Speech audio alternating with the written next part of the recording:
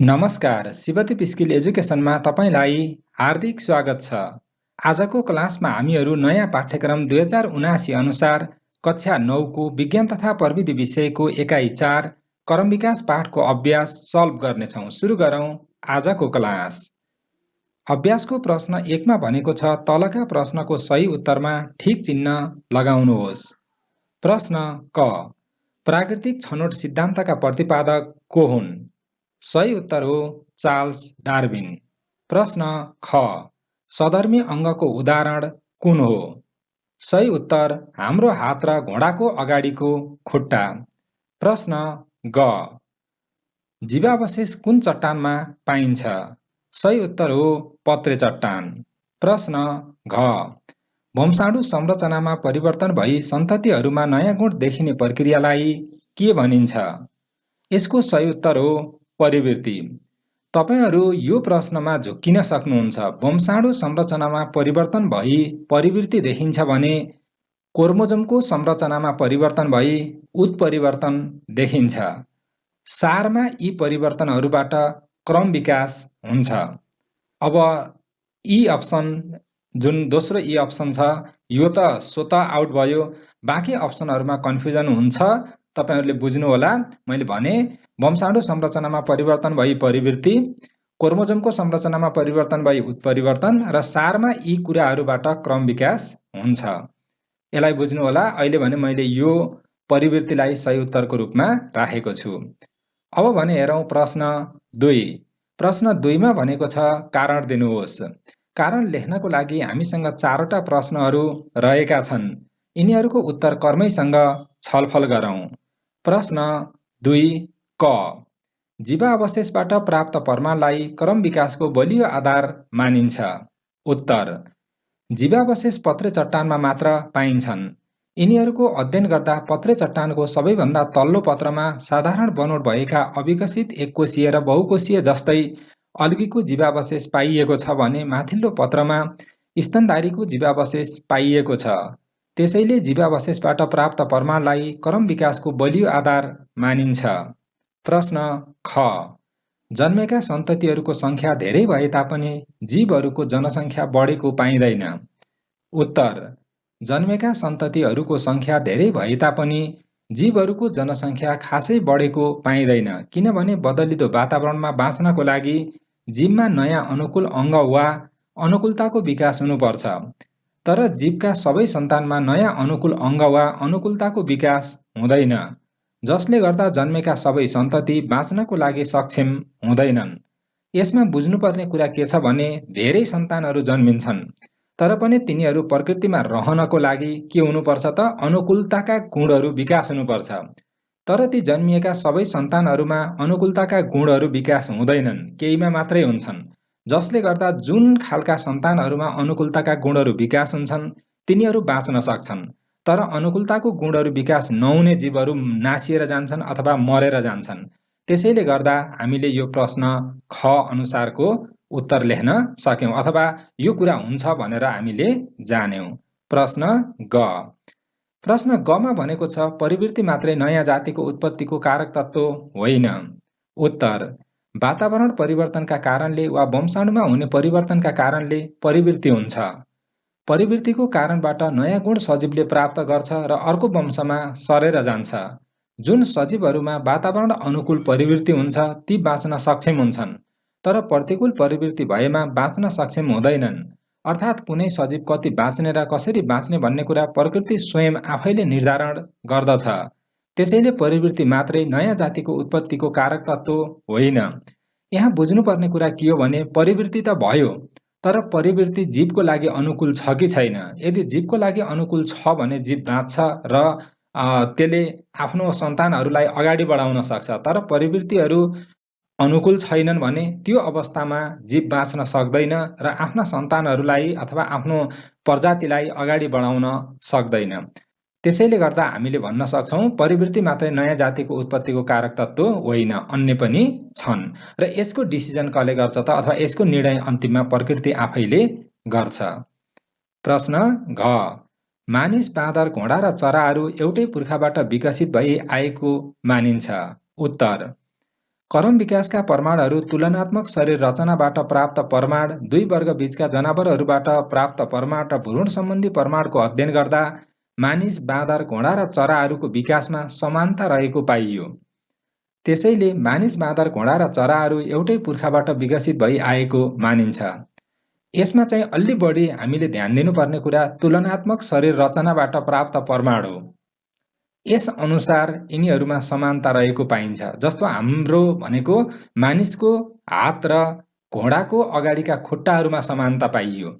त्यसै गरी बाँदर र मानिसमा त धेरै कुराहरू मिलेको पाइन्छ। त्यसैले यी कुराहरूलाई हेर्दाखेरि हामीले के भन्न सक्छौँ त यिनीहरूको पुर्खा एउटै थियो र तिनैबाट विकास भएर यी जीवहरू बनेका हुन् भन्ने कुरा हामीले अनुमान गर्न सक्छौँ अथवा विकसित भइआएको मानिन्छ। पक्कै पनि यी कुराहरू बुझ्नुभयो भन्ने विश्वास छ। कुनै पनि कुराहरू बुझ्नु भएन भने कमेन्ट गरेर सोध्नुहोला अथवा आफ्नो शिक्षकसँग छलफल गर्नुहोला, साथीहरूसँग छलफल गर्नुहोला। अब हामीले हेर्दैछौँ प्रश्न 3। प्रश्न 3मा भनेको छ फरक छुट्याउनुहोस्। फरक छुट्याउनको लागि हामीलाई 4वटा प्रश्नहरू दिएको छ। प्रिय विद्यार्थी भाइ बहिनीहरू तथा शिक्षक साथीहरू, तपाईँ यो च्यानलको लागि नयाँ हुनुहुन्छ भने च्यानललाई सब्स्क्राइब गर्न र भिडियोलाई लाइक गर्न नबिर्सिनुहोला। तपाईहरू विद्यार्थीको लागि नयाँ भिडियोहरू, उपयोगी भिडियोहरू यो च्यानलमा ल्याइरहनेछु। त्यसैले सब्स्क्राइब गर्नुहोस् ताकि ती कुराहरू, ती विषयवस्तुहरू तपाईहरूले समयमै थाहा पाउनुहोस्। अनि अहिले भने हेरौँ प्रश्न 3का उत्तरहरू। प्रश्न 3मा भनेको छ फरक छुट्याउनुहोस्। नम्बर कमा परिवृत्ति र उत्परिवर्तन। निकै महत्त्वपूर्ण कुरा हो परिवृत्ति र उत्परिवर्तन। यसको बारेमा निम्न अनुसार हामीले फरक लेख्न सक्छौँ। परिवृत्ति वातावरण परिवर्तनका कारणले वा वंशाणुमा हुने परिवर्तनका कारणले परिवृत्ति हुन्छ। उत्परिवर्तन क्रोमोजोममा परिवर्तनका कारणले उत्परिवर्तन हुन्छ। मैले पहिले पनि यो कुरा भनिसकेको छु। सजीवहरूले वातावरणमा अनुकूल हुन सोही अनुसारका गुणहरू विकास गर्दछन्। त्यो चाहिँ परिवृत्ति हो। भने उत्परिवर्तन आमा बुवामा हुँदै नभएका लक्षणहरू सन्तानमा अकस्मात देखा पर्छन्। परिवृत्तितर्फ उदाहरणका लागि छालाको रङ, शरीरमा हुने रौँको रङ, आँखाको रङ आदिमा हुने परिवर्तन।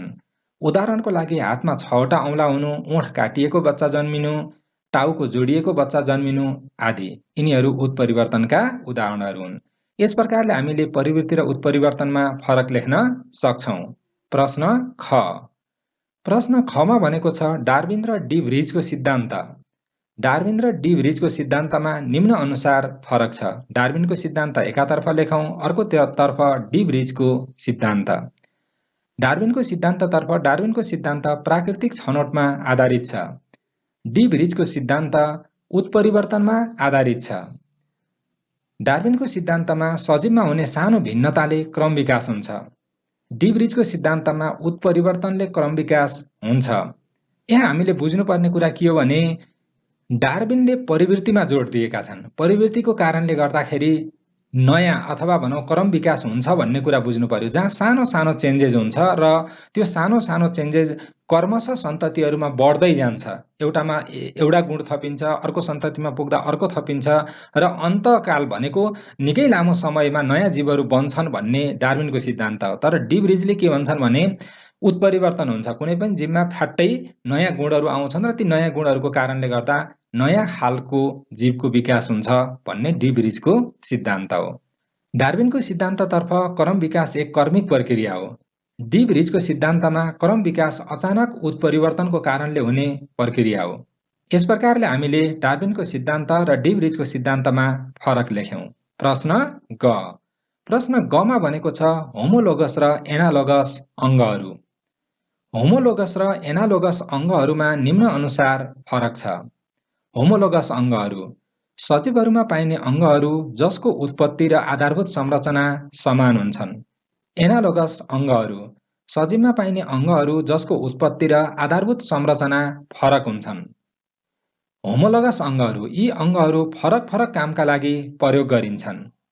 एनालोगस अङ्गहरू यी अङ्गहरू एकै प्रकारका कामका लागि प्रयोग गरिन्छन्। होमोलोगस अङ्गहरू क्रम विकासका चरणहरू समान छन्। एनालोगस अङ्गहरूमा क्रम विकासका चरणहरू फरक छन्। त्यसै गरी होमोलोगस अङ्गहरूमा जस्तै मानिसको हात, घोडाको अगाडिको खुट्टा, चमेराको पखेटा, व्हेलको पखेटामा पाइने हाडहरूको बनावट एक आपसमा मिल्दोजुल्दो पाइन्छ। एनालगसमा किरा, चमेरा, चराका पखेटाहरू उड्नका लागि प्रयोग हुने भए तापनि किराको पखेटा चरा र चमेराको पखेटा भन्दा फरक भित्री बनावट भएका हुन्छन्। यहाँ हामीले बुझ्नुपर्ने सारमा बुझ्नुपर्ने कुरा के छ भने होमोलोगस अङ्गहरूको आधारभूत संरचना समान हुन्छ, उत्पत्ति र आधारभूत संरचना समान हुन्छ, तर यिनीहरू फरक कामको लागि प्रयोग हुन्छन्। होमोलोगस अङ्गहरू सम्झिनु होला है, उत्पत्ति र आधारभूत संरचना समान हुन्छन् तर पनि यिनीहरू के हुन्छ, फरक कामको लागि प्रयोग हुन्छन्। एनालगस अङ्गहरू फेरि यिनीहरूको उत्पत्ति र आधारभूत संरचना फरक हुन्छ तर यिनीहरू एउटै कामको लागि प्रयोग हुन्छ। तपाईले यो बुझ्नको लागि जस्तो किरा, चमेरा, चराहरू सबै उड्छन् है, उड्नको लागि यिनीहरूको पखेटाले मद्दत गर्छ, तर किराको पखेटा र चमेरा वा चराको पखेटामा भिन्नता हुन्छ, यिनीहरूको आधारभूत संरचना फरक हुन्छ। त्यो कुरा हामीले बुझ्नु पर्यो।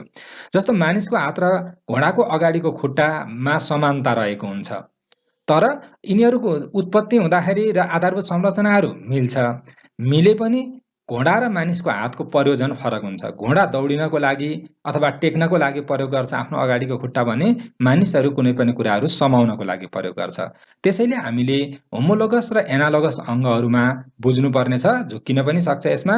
होमोलोगस उत्पत्ति र आधारभूत संरचना समान, एनालोगस उत्पत्ति र आधारभूत संरचना फरक, तर काम एउटै। एनालोगसमा होमोलोगसमा कामहरू फरक। ओके, उदाहरणहरू जान्ने यति गर्दा पुग्छ। अब फरक लेखको अन्तिम प्रश्न नम्बर घ, अवशेष र अवशेषाङ्ग। अवशेष र अवशेषाङ्गमा निम्न अनुसार फरक छ। अवशेष, अवशेषाङ्ग। धेरै वर्ष पहिले मरेका जन्तु तथा वनस्पतिका कुनै अंश, छाप वा चिन्ह पत्रे चट्टानमा पाइन्छ, त्यसलाई जीवावशेष भनिन्छ। सजीवको शरीरमा केही अङ्गहरूको उपयोग नभएको हुनाले निष्क्रिय भएर रहेका हुन्छन्। यस्ता नमुनाका रूपमा मात्र रहेका अङ्गहरूलाई अवशेषाङ्ग भनिन्छ। क्रम विकासमा इतिहासका घटनाहरू थाहा पाउन सहयोग पुग्छ। कसले त भन्दा अवशेषले। अब अवशेषाङ्गले के कुरा थाहा हुन्छ त भन्दा क्रम विकासमा पुर्खाको बारेमा थाहा पाउन सहयोग पुग्छ। भनेको जस्तो हामीले के कुरा बुझ्नु पर्यो भने हाम्रा पुर्खाहरू को हुन्, तिनीहरूमा रहेका अङ्गहरू र हाम्रा अङ्गहरूमा के समानता छ त्यो कुरा थाहा पाउन सकिन्छ। अवशेषबाट हामीले इतिहासको बारेमा थाहा पाउन सकिन्छ। कतिखेर कुन घटनाहरू भए, पहिला कुन घटना भयो, त्यसपछि कुन घटना भयो, ती घटनाहरू कति वर्ष पहिले भए जस्ता कुराहरू अवशेषको अध्ययन गरेर थाहा पाउन सकिन्छ।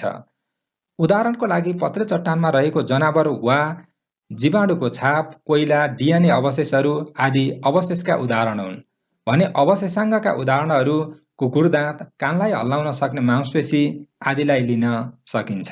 यसबाहेक अन्य पनि लेख्न सक्नुहुन्छ। अहिले हामीले यही कुरा लेख्यौं। यससँगै हामीले प्रश्न 3 मा रहेका फरक लेख्नुहोस् प्रश्नका उत्तरहरू सल्भ गरेका छौं। अब हेरौं प्रश्न 4। प्रश्न 4 मा भनेको छ तलका प्रश्नको उत्तर लेख्नुहोस्। प्रश्न क, क्रम विकास भनेको के हो? उत्तर, सजीवहरूको शरीरको बनावट साधारणबाट जटिल रूपमा परिवर्तन हुँदै गएर सजीवहरूको नयाँ प्रजाति विकास हुनु नै क्रम विकास हो। प्रश्न ख, जीवावशेष केलाई भनिन्छ? यसले क्रम विकासको प्रमाणलाई कसरी पुष्टि गर्छ? प्रिय विद्यार्थी भाइ बहिनीहरू, तपाईहरुले कुनै कुराहरू बुझ्नु भएन भने कमेन्ट गरेर सोध्नुहोला अथवा आफ्नो शिक्षकसँग छलफल गर्नुहोला। अहिले भने हामीहरूले यिनीहरूको उत्तरहरू हेरौं। प्रश्न ख को उत्तरमा लेख्न सक्छौं, धेरै वर्ष पहिले मरेका जन्तु तथा वनस्पतिका कुनै अंश, छाप वा चिन्ह पत्रे चट्टानमा पाइन्छ, त्यसलाई जीवावशेष भनिन्छ। अब हामीलाई प्रश्नले थप सोधेको छ, यसले क्रम विकासको प्रमाणलाई कसरी पुष्टि गर्छ भनेको छ। यसलाई हामीले लेखौं, जीवावशेष पत्रे चट्टानमा मात्र पाइन्छन्। यिनीहरूको अध्ययन गर्दा पत्रे चट्टानको सबैभन्दा तल्लो तहमा साधारण बनोट भएका सजीव जस्तै अल्गीको जीवावशेष पाइएको छ भने माथिल्लो पत्रमा स्तनधारीको जीवावशेष पाइएको छ। यसबाट के भन्न सकिन्छ भने सजीवहरूको विकास क्रमशः सरलबाट जटिल संरचना भएका सजीव विकास भएको स्पष्ट हुन्छ। यहाँ हामीले बुझ्नुपर्ने कुरा के छ भने जस्तो जुन पत्रे चट्टानहरूमा पाइएको अवशेष छ त्यो अवशेषहरू कस्तो पाइयो त भने जुन तल्लो तहका पत्रे चट्टानहरू हुन् तिनीहरूमा साधारण किसिमका बनोट भएका जीवहरूको अवशेष पाइयो भने माथिल्लो तहमा जुन स्तनधारी जनावरहरू अथवा जटिल संरचना भएका जीवहरूको अवशेष पाइयो। त्यसैले हामीले जीवावशेषले क्रम विकासको प्रमाणलाई पुष्टि गर्छ भनेर भन्न सकिन्छ। प्रश्न ग। प्रश्न गमा भनेको छ जीवावशेष कसरी बन्छ वर्णन गर्नुहोस्। उत्तर: सजीवहरू मरेपछि तिनको मृत शरीरलाई खोला नदीले माटो बालुवासँगै बगाएर लैजान्छ। अन्तमा ठुलो ताल वा समुद्रमा मिसिन्छ र बिस्तारै थिग्रिन थाल्छ। यो प्रक्रिया निरन्तर चलिरहन्छ। ताल वा समुद्रको पिँधमा एकपछि अर्को तह बन्दै जान्छ। लाखौं वर्षपछि पत्रे चट्टान बन्दछ। प्रत्येक तहमा भएका सजीवहरूको कमलो भाग तथा मांसपेशी गलेर जान्छ भने हाड तथा सेलुलोज बाँकी रहन्छन्। यी भागहरू नै चट्टानका पत्रमा छाप वा अवशेषका रूपमा रहन्छन् र जीवावशेष बन्छ। सरसर्ती तपाईहरूले यसलाई हेर्दा बुझ्नुहुन्छ, यसमा बुझाउनु पर्ने कुरा केही पनि छैन। मरेका जीवहरूलाई पानीले बगाएर कोही लगेर थिग्र्याउँछ, समुद्रहरू अथवा तालहरूमा, र क्रम प्रक्रियासँगै त्यहाँ पत्रे चट्टानको विकास हुन्छ, जसमा ती मरेका जीवहरू पनि तह तह बन्दै रहेका हुन्छन् र तिनीहरूको कोमल भाग कुहिन्छ भने कडा भागहरू सेलुलोजहरूबाट छापको रूपमा अथवा तिनीहरू अङ्गहरू नै पनि रहेको कतिपय अवस्थामा पाइएको छ। प्रश्न घ। प्रश्न घमा भनेको छ क्रम विकासका प्रमाणहरू के हुन्, उदाहरण सहित व्याख्या गर्नुहोस्। अब क्रम विकासका प्रमाणहरू उदाहरण सहित व्याख्या गर्दा यो निकै लामो उत्तर हुन्छ। तैपनि हामीले यहाँ छलफल गरौँ। क्रम विकासका प्रमाणहरू निम्न छन्। नम्बर 1, जीवावशेषबाट प्राप्त प्रमाण। अब यसको बारेमा हामीले उदाहरण सहित व्याख्या पनि भनेको छ, त्यसैले हामीले यसको व्याख्या गर्दा यस प्रकारले लेख्न सक्छौँ। जीवावशेष पत्रे चट्टानमा मात्र पाइन्छन्। यिनीहरूको अध्ययन गर्दा पत्रे चट्टानको सबैभन्दा तल्लो तहमा साधारण बनोट भएका सजीव जस्तै अल्गीको जीवावशेष पाइएको छ भने माथिल्लो पत्रमा स्तनधारीको जीवावशेष पाइएको छ। यसबाट के भन्न सकिन्छ भने सजीवहरूको विकास क्रमशः सरलबाट जटिल संरचना भएका सजीव विकास भएको स्पष्ट हुन्छ। त्यसैगरी नम्बर खमा तुलनात्मक शरीर रचनाबाट प्राप्त प्रमाण। तुलनात्मक शरीर रचनाबाट प्राप्त प्रमाणको बारेमा हामीले यस प्रकारले लेख्यौँ। प्रकृतिमा पाइने जन्तु तथा वनस्पतिको शारीरिक बनोट आफ्नै किसिमको हुन्छ, तर पनि यी सजीवहरूमा कुनै न कुनै साझा गुणहरू पाइन्छन्। यसले के देखाउँछ भने यी सजीवहरू एउटै पुर्खाबाट उत्पत्ति भएका हुन्। नम्बर ग। नम्बर गमा दुई वर्गबीचका जनावरबाट प्राप्त प्रमाणहरू। केही सजीवहरू जस्तै प्लेटिपस, आर्कियोप्टेरिस र प्रोप्टोटेरस आदिले तल्लो वर्ग र माथिल्लो वर्गको सम्बन्ध देखाउँछन्। उदाहरणको लागि डग बिल्ट प्लेटिपसको चुच्चो हाँसको जस्तो हुन्छ भने शरीर स्तनधारीको जस्तो रौँले ढाकेको हुन्छ।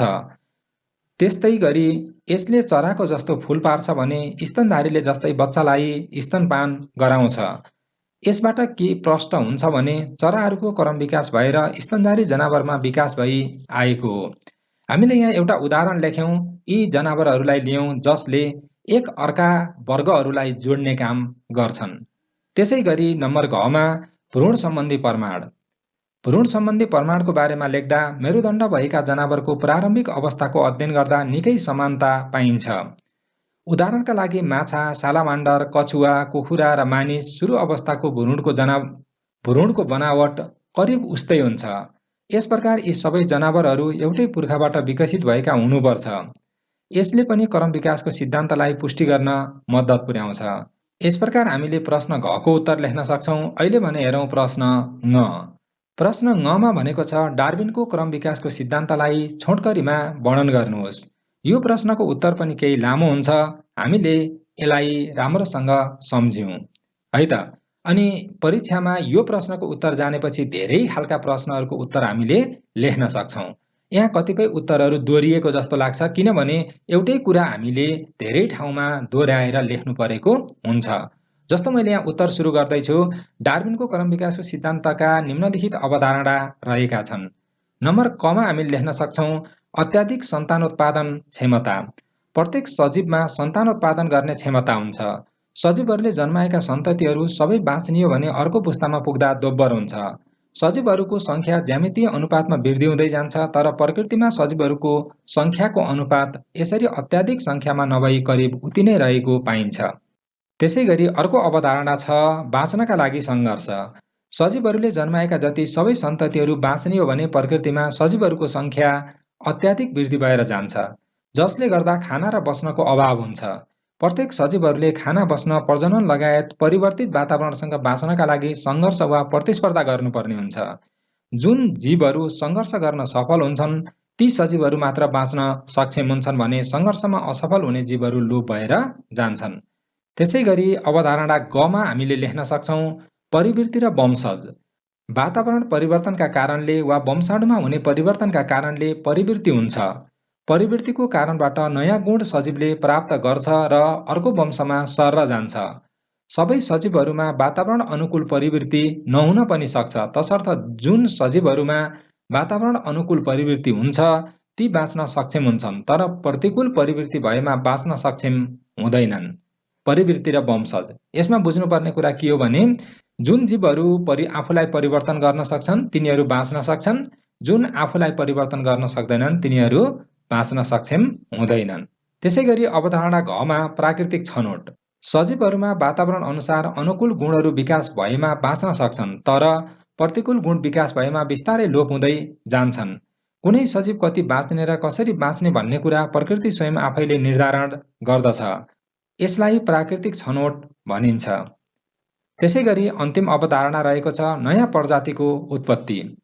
बाँच्नका लागि सङ्घर्ष गर्दै अनुकूलित भएका सजीवहरू बाँच्नका लागि सक्षम हुन्छन्। यस्ता अनुकूलित हुने गुण सन्ततिमा सर्दै जान्छन्। यसरी परिवर्तित वातावरणमा बाँच्नका लागि सक्षम सजीवका अनुकूलित गुणहरू सन्ततिमा सर्दै जाँदा धेरै वंशपछि पुर्खाहरूभन्दा फरक गुण भएका सन्तानको उत्पत्ति हुन्छ। यसबाट नयाँ जीवको उत्पत्ति हुन जान्छ।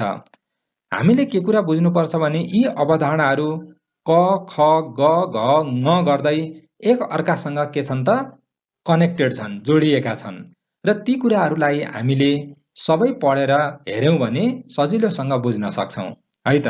यिनी कुराहरू हेर्नुहोस्, सम्झनुहोस्। अहिले भने हामीले हेरौं प्रश्न च। प्राकृतिक छनौट भनेको के हो वर्णन गर्नुहोस्। उत्तर: सजीवहरूमा वातावरण अनुसार अनुकूल गुणहरू विकास भएमा बाँच्न सक्छन्, तर प्रतिकूल गुण विकास भएमा बिस्तारै लोप हुँदै जान्छन्। कुनै सजीव कति बाँच्ने र कसरी बाँच्ने भन्ने कुरा प्रकृति स्वयं आफैले निर्धारण गर्दछ। यसलाई प्राकृतिक छनौट भनिन्छ। अब जति पनि प्रश्नहरू छन् त्यस प्रश्नहरूमा जस्तो अवधारणाका 5वटा कुराहरू र क्रम विकासका 4वटा कुराहरू हामीले अगाडि लेखिसक्यौं। तिनै कुराहरू दोहोरिन्छन्। जस्तो यहाँ प्राकृतिक छनौटको कुरा आयो, अन्य कुराहरू पनि तल अन्य प्रश्नहरूमा सोध्न सक्छ अथवा परीक्षामा सोध्न सक्छ। त्यसैले माथि लेखिएका प्रश्नहरू लामो भए पनि तिनीहरूलाई पढेर छुट्टा छुट्टै अवधारणाहरू अथवा छुट्टा छुट्टै प्रक्रियाहरूलाई सम्झने कोसिस गर्नुहोला। प्रश्न 6: डार्विनका अनुसार नयाँ जातिको उत्पत्ति कसरी हुन्छ? जस्तो अगाडि हामीले अवधारणा पढ्यौं नयाँ जातिको उत्पत्ति। अब यहाँ कसरी हुन्छ त्यही कुरा हामीले जस्ताको तस्तै यहाँ लेख्दा हुन्छ। बाँच्नका लागि सङ्घर्ष गर्दै अनुकूलित भएका सजीवहरू बाँच्नका लागि सक्षम हुन्छन्। यस्ता अनुकूलित हुने गुण सन्ततिमा सर्दै जान्छन्। यसरी परिवर्तित वातावरणमा बाँच्नका लागि सक्षम सजीवका अनुकूलित गुणहरू सन्ततिहरूमा सर्दै जाँदा धेरै वंशपछि पुर्खाहरूभन्दा फरक गुण भएका सन्तानको उत्पत्ति हुन्छ। यिनै सन्ततिहरू नयाँ सजीवका रूपमा विकसित हुन्छन्। यस प्रकार एउटै पुर्खाबाट 2 वा सोभन्दा बढी किसिमका नयाँ जीवको उत्पत्ति हुन जान्छ। हामीले यस प्रकारले लेख्न सक्यौं। यो कुरा अगाडि पनि लेखिसकेको कारणले अहिले भने हेरौं प्रश्न ज। उत्परिवर्तनका विशेषता उल्लेख गर्नुहोस्। उत्परिवर्तनका विशेषताहरू निम्न छन्।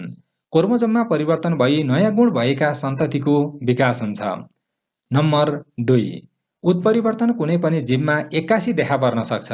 नम्बर 3, उत्परिवर्तन भएर विकास भएका गुणहरू लुप्त हुन्छन्। नम्बर 4, उत्परिवर्तनले गर्दा आमाबाउमा हुँदै नभएका लक्षणहरू सन्तानमा देखा पर्छन्। यस प्रकार हामीले उत्परिवर्तनका विशेषताहरू लेख्न सक्यौं। अब भने हेरौं प्रश्न झ। प्रश्न झमा भनेको छ उत्परिवर्तनले क्रम विकासलाई कसरी मद्दत गर्छ? उत्तर: उत्परिवर्तनको कारणले क्रोमोजोममा परिवर्तन भई नयाँ गुण भएका सन्ततिहरूको विकास हुन्छ। यो क्रम निरन्तर रहँदा नयाँ प्रजातिको रूपमा जीवहरूको विकास हुन सक्छ। यस प्रकार उत्परिवर्तनले क्रम विकासलाई मद्दत गर्छ। प्रश्न य। प्रश्न यमा भनेको छ क्रम विकासका लागि उत्परिवर्तन नै मुख्य कारक नभई यो पनि एउटा थप कारक तत्त्व हो, स्पष्ट पार्नुहोस्। उत्तर: उत्परिवर्तनको कारणले क्रोमोजोममा परिवर्तन भई नयाँ गुण भएका सन्ततिहरूको विकास हुन्छ। यो क्रम निरन्तर रहँदा नयाँ प्रजातिको रूपमा जीवहरूको विकास हुन सक्छ। तर क्रम विकासको लागि यो मात्रै मुख्य कारण होइन, अन्य धेरै कारण छन्। तर पनि एउटा कारक तत्त्व भने हो। प्रश्न ट डार्विनको सिद्धान्त अनुसार बाँच्नका लागि सङ्घर्ष र सक्षम नै बाँच्न सक्छ भन्ने कुराको पुष्ट्याइ गर्नुहोस्। अगाडि नै लेखेका कुराहरू हामीले दोहोऱ्याइरहेका छौँ। यो पनि हामीले अगाडि लेखिसकेका छौँ। सजीवहरूले जन्माएका जति सबै सन्ततिहरू बाँच्ने हो भने प्रकृतिमा सजीवहरूको सङ्ख्या अत्याधिक वृद्धि भएर जान्छ, जसले गर्दा खाना र बस्नको अभाव हुन्छ।